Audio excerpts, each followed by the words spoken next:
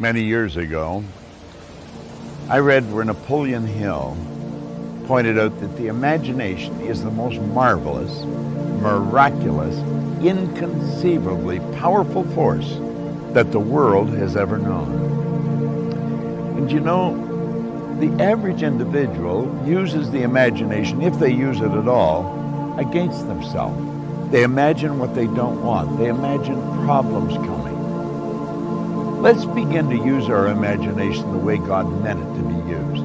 It's the greatest creative faculty that we possess, and we can build anything we want with it. I want you to wander around your home or possibly your office and take a look at all of the conveniences that you have there that you didn't have, let's say, 2 years, 5 years, 10 years ago, 25 years ago.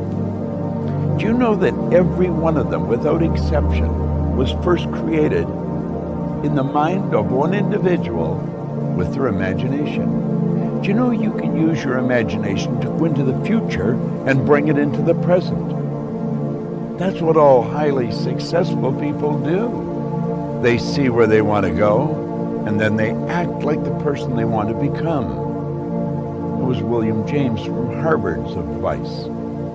He said it's the actor's technique. Act like the person you want to become. How do you do that? Well, you use your imagination, of course. You see, it's a strange phenomena, but the greatest gift we've got is used very well up till the ages of 4 or possibly 5. The little child, we always wonder what's going on in their mind. They're using their imagination. They're building wonderful pictures in their mind. But then they get to school, and wham, like that, it comes to an abrupt halt. It's called not paying attention. Daydreaming. Well, what they were really doing was exercising a phenomenal mental faculty. You see, we can see, hear, smell, taste, touch. They're for our physical benefit.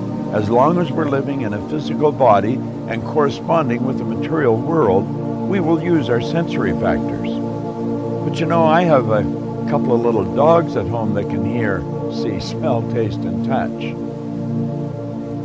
We've got higher faculties. You have perception, the will, memory, intuition, reason, and imagination. These marvelous tools. We can take our imagination and build an image in our mind of how we want to live. Block out what's going now. Don't let your present results have anything to do with this. Just what you want. And it's with your imagination that you will build it. Everything that we have, the camera that I'm speaking to right now, was first created in the mind of one individual. Think of how our world's changed. You see, we were gifted with these higher faculties. We're God's highest form of creation. We were created in God's image. We were given creative faculties to use. And you know, they're only used by 2 or 3% of the population. It's almost inconceivable that people would wander around with so much power and potential and squander it. See, the average person literally tiptoes through life, hoping they make it safely to death. It's such a shame, and it doesn't have to be that way. I think we have giant corporations and little wee creative departments. And the primary reason for that is the average individual really does not believe that they're creative. Now think. Everyone's creative, and no one is more creative than another. It's just that some have chosen to use their creative faculties to a greater degree than others. Imagination, your imagination. What do you want? How do you really want to live? Build the picture in your mind. There's a power that is flowing to and through you. A creative, unadulterated power. It can be photographed leaving your body.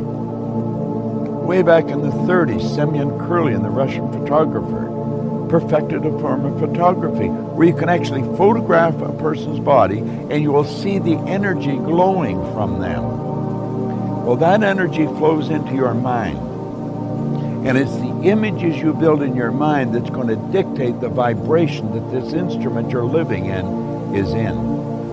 And the vibration on a conscious level is called feeling. Make certain that you exercise your imagination daily. Build beautiful images in your mind of how you want to live, and then hold those pictures there and live that way. The imagination, the greatest nation in the world, the imagination. You've got one. It's a marvelous creative tool. It deals with the invisible side of your personality. You see, no one will ever really see you. They'll only see your body, and they'll see you the great work that you do. Make certain that your work is great work. And if you keep your imagination alive, keep it active, you're going to have a phenomenal life. You know, life can get better every day, and it will get better every day through the proper use of your imagination. What a wonderful idea.